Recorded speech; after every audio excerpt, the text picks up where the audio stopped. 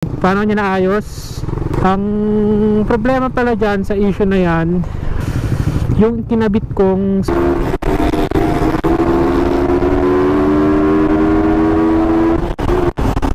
sarap.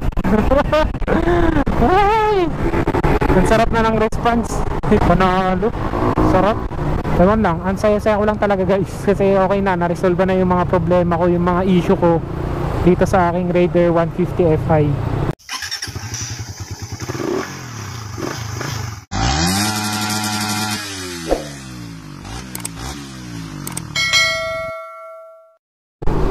Yo, what is up guys? Welcome ulit dito sa aking panibagong vlog.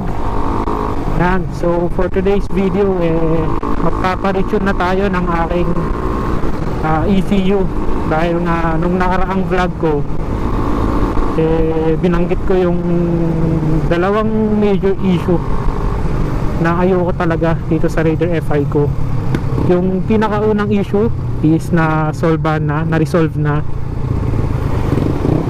So binanggit ko yung mga issue na yon sa previous vlog ko.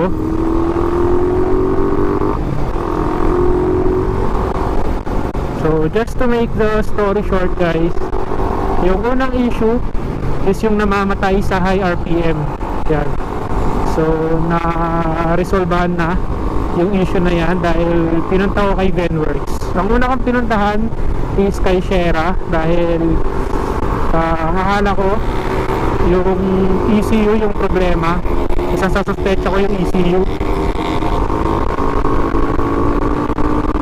dahil sa fuel cut-off. Dahil sa high RPM lang naman siya namamatay lang naman yung makina, pero yung kuryente andun pa rin, andun pa rin yung panel gauge. Ito, singit ko na lang yung clip ng issue na yan.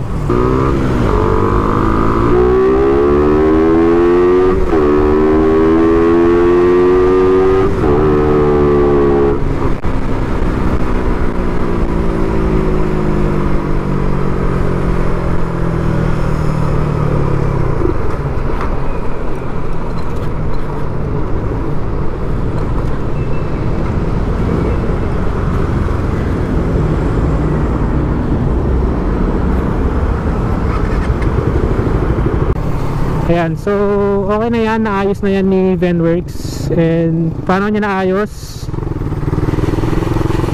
Ang problema pala dyan sa issue na yan, baka kung meron din kayo nito, tignan nyo na rin pag nagparamdam sa inyo yung kinabit kong safety features na itong motor ko, yung two-way alarm tsaka yung GPS. Dahil pareho yon merong kill switch, and yun yung problema, nasunog yung wiring ng kill switch nya, kaya naglolo ko yung motor ko pagdating sa high RPM. So nung tinanggal ni Venworks yun, pwede ko na ulit i-backpack tong motor ko. So pilip talaga ako kay Venworks guys. So kung wala pa kayong mekaniko, may sasuggest ko siya. So yun yung pinakaunang issue ng aking motor. Pangalawa is yung hindi nakatono ng maayos sa low RPM, kaya ngayon ipaparitune ko na. So dati gusto ko magparitune sa mga mayroong dyno, naka dyno tune, and ngayon may susubukan tayo dahil nirecommend siya sa akin ni Venworks. Yun yung si Santino de Ace. Nung si Santino de Ace yung naging tuner nila, yun, nag-champion agad sila Venworks. Kaya syempre try din natin, since recommended siya ng magaling na mekaniko. So itatry ko ngayon. Kahit street tuning siya, magaling, kasi meron siyang gumagamit pa rin siya ng AFR, yung bank sensor, para mabasa yung AFR ng motor. Kaya ipapaayos ko na lang sa kanya yung tono nitong aking ECU dahil ayoko talaga yung kumakadyot siya pagdating sa 2.5 to 3k RPM. Dito pa naman sa Manila, panay ang traffic, kaya mas nagagamit yung low RPM. Yan, so papunta na kami ngayon. Ito kasama ko, naka Raider Fi din na naka port high comp, 36mm throttle body, tsaka 10 holes na injector. So magpapatono rin siya, magpaparimap din siya ng ECU niya para lumabas yung full potential ng kanyang in-upgrade. So on the way na kami ngayon guys kay Santino de Ace. Kaya kung gusto nyo rin magpa-tune, yan, search nyo lang sa Google Map Santino de Ace Racing. Yan, so update ako mamaya guys para hindi gaanong mahaba tong aking vlog. Total malayo-layo pa naman kami. Nandito pala tayo sa airport guys.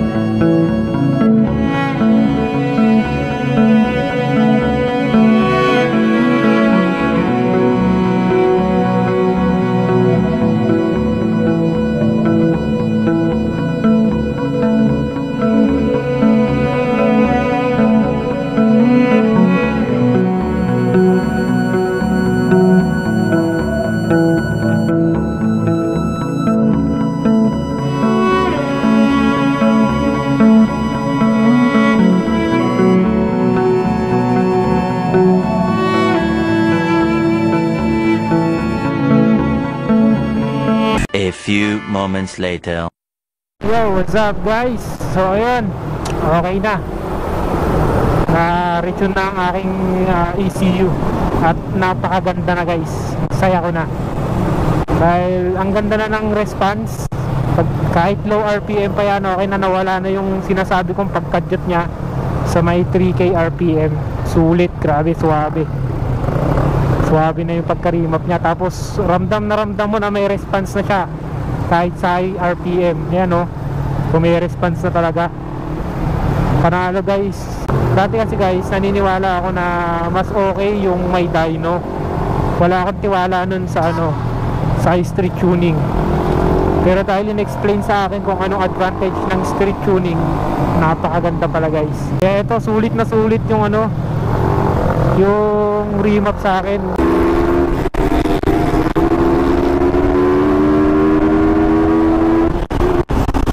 Sarap. Ay, ang sarap na ng response. Yung kasama ko nag-enjoy na rin. Naka-high comp. Kasi kanina nung pagpunta namin dun sa high comp niya, walang hatak. So ngayon napakaganda na guys. Sulit. Panalo na yung remap na ito. Ha? Kahit nga hindi ko i-try, nakikita ko gumaganon-ganon ka eh. Sobrang lakas na. Naka-big tire pa yan ha. Ha?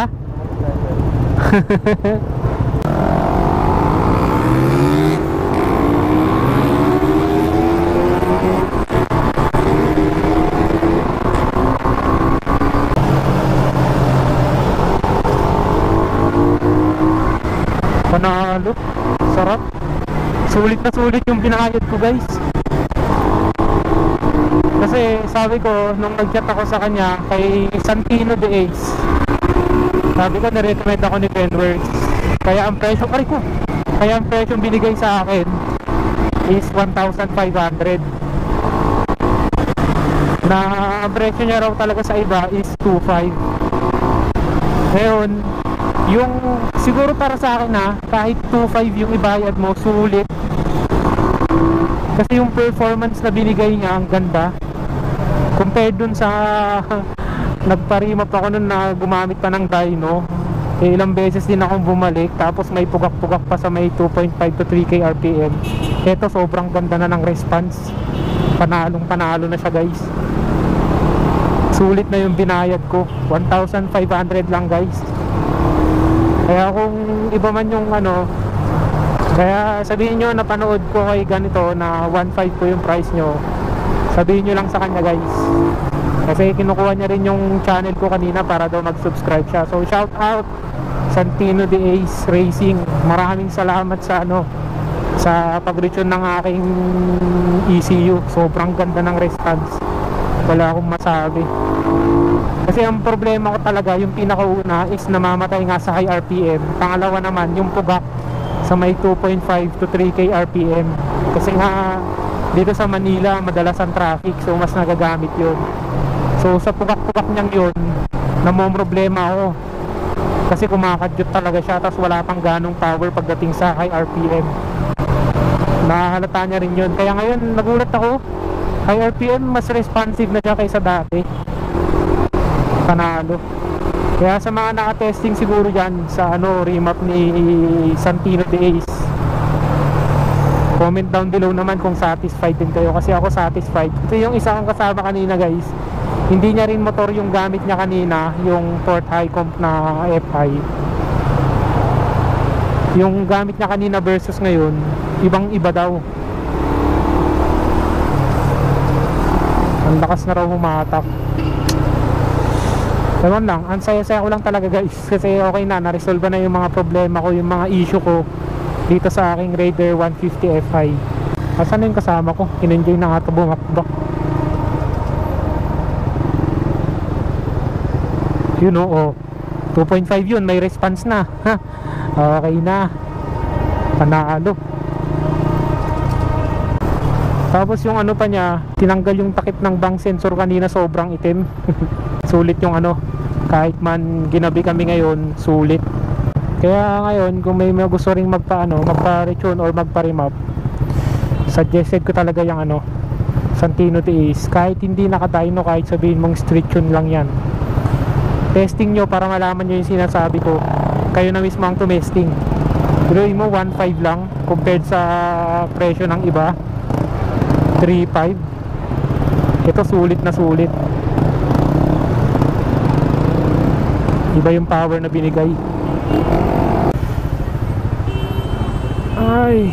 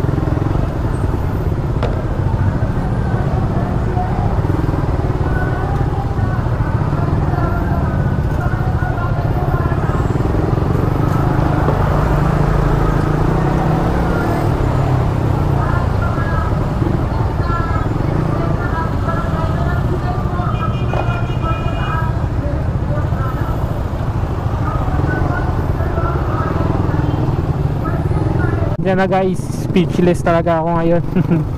Nagandaan talaga ako sa tono ngayon. Grabe, kala ko kailangan ko pang bumili ng ano, racing ECU para lang maayos yung tono nitong motor ko, pero panalo yung tono ni Santino de Ace. Street tuning to guys ha. So ayun guys, tuwang tuwa na ako dito sa aking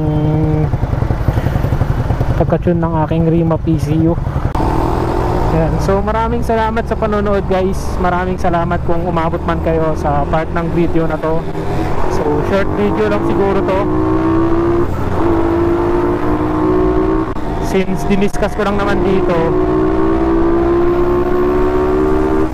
yung mga naging issue at kung paano naayos yung mga issue ng aking Raider 150 Fi. So maraming salamat ulit guys sa panonood.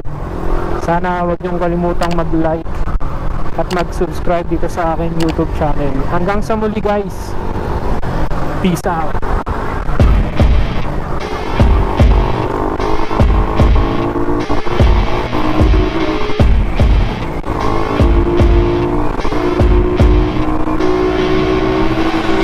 I see her rolling up, over black Cadillac, high heel boots and a sexy body full of tats. Baby's bad, oh baby's hella bad. After her there ain't no coming back. Wanna take